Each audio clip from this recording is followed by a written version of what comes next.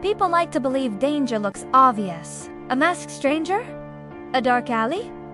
A warning sign. But some of the most terrifying stories begin somewhere ordinary. A front door, a quiet street. A home that feels safe. And then, one strange detail changes everything. It started with noises. Soft ones. The kind you explain away because you want to. A creak overhead. A cupboard slightly open. Food disappearing just a little too fast. At first, it feels stupid to even mention it. You tell yourself you're tired. Forgetful. Stressing over nothing. But then, the small things start to stack up. And deep down, you know something isn't right. A woman returns home one evening and instantly feels it. Nothing is obviously broken. Nothing is smashed. But the air feels wrong. The kind of wrong your body notices before your mind can explain it. She checks the rooms. Bedroom, bathroom, kitchen. Everything looks normal until she notices a faint mark near the ceiling hatch. That hatch had always been there. Easy to ignore, just part of the house.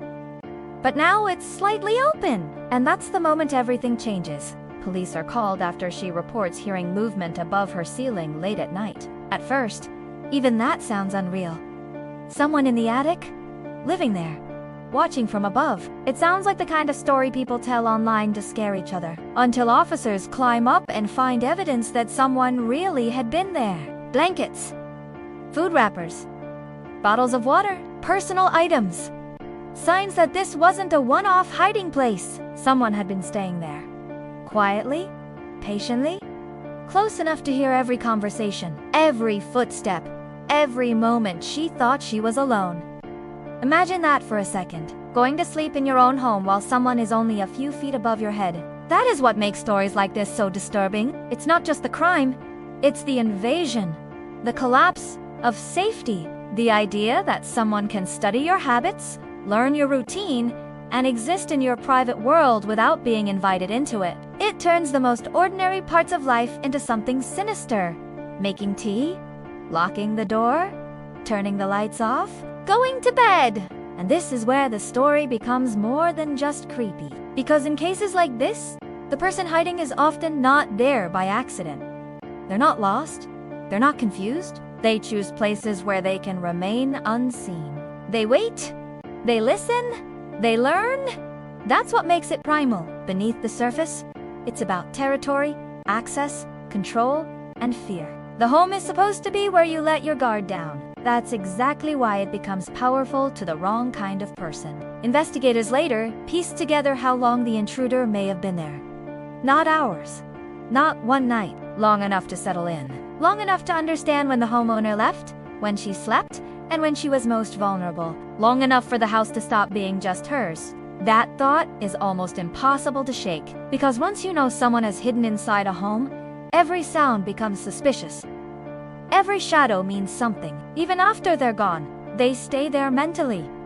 In the walls, in the ceiling, in the silence. And what's even darker is how often the victim questions themselves first. That's the trap. Real fear rarely arrives like a horror film. It arrives slowly, disguised as forgetfulness, stress, exhaustion, a moved object, a missing item, a noise you can't prove. By the time the truth shows itself, it's already been happening for longer than anyone wants to admit. So the real horror isn't only that someone was hiding above her, it's that they were close enough to hear her feeling safe. That is the line primal and criminal lives on, the point where ordinary life collides with something ancient and predatory. No dramatic chase. No monster at the window, just the chilling reality that sometimes the threat is already inside, waiting for you to notice it. And after stories like this, most people do the exact same thing.